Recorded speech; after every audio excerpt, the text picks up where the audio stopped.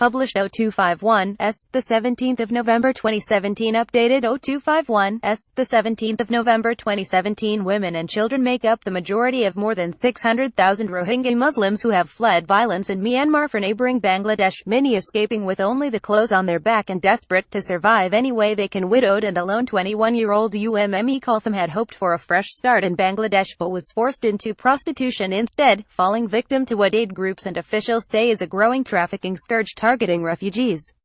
Women and children make up the majority of the more than 600,000 Rohingya Muslims who have fled violence in Myanmar for neighbouring Bangladesh, many escaping with only the clothes on their back and desperate to survive any way they can.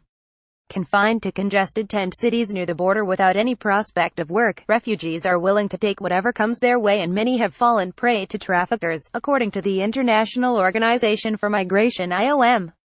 Local charity worker Mohammed Hossein Shikhtar runs workshops in the camps to educate refugees about the tactics employed by people smugglers. Young girls in particular are at high risk, with the IOM documenting cases of refugees being lured with promises of marriage or jobs in big cities that end instead in forced labor or work.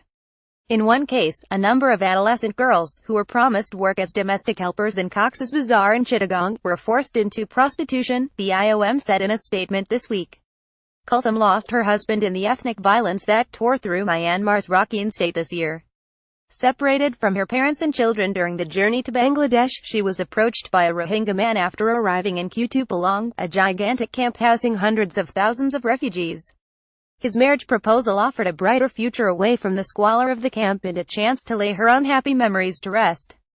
Traffickers also attempt to separate refugees from their families during the chaos that accompanies their arrival in Bangladesh, police say, but the couple were never married.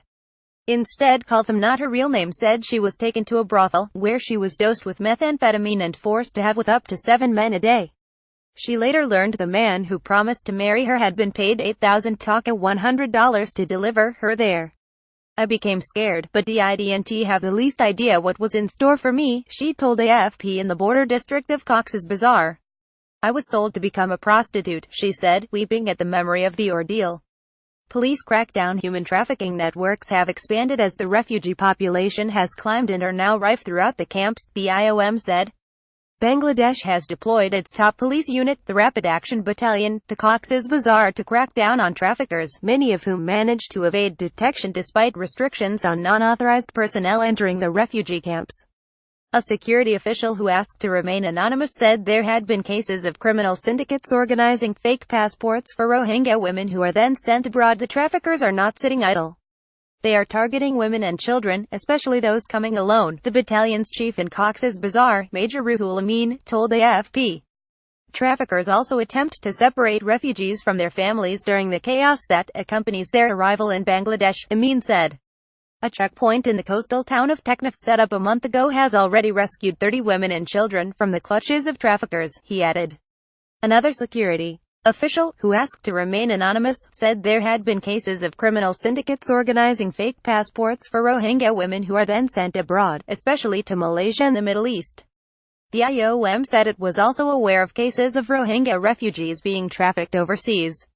Falling prey. Dhaka has prohibited the Rohingya from leaving the camps, fearing an influx in its bigger cities, and has set up checkpoints along the roads leading to the tented settlements.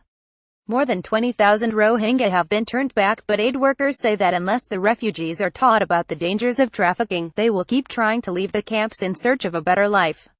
Local charity worker Mohammed Hossein Shikhtar runs workshops in the camps to educate refugees about the tactics employed by people smugglers. Dhaka has prohibited the Rohingya from leaving the camps, fearing an influx in its bigger cities, and set up checkpoints along the roads leading to the tented settlements. They will always come up with a lucrative and believable offer, like a job in a garment factory or marriage to a well-off person, Shikhtar told a group of 20 young men and women in Kutupalong. Sometimes, parents are convinced by upfront payments of 40,000 taka or more. They are sold dreams that a woman can even make 500,000 taka, which is an impossible amount.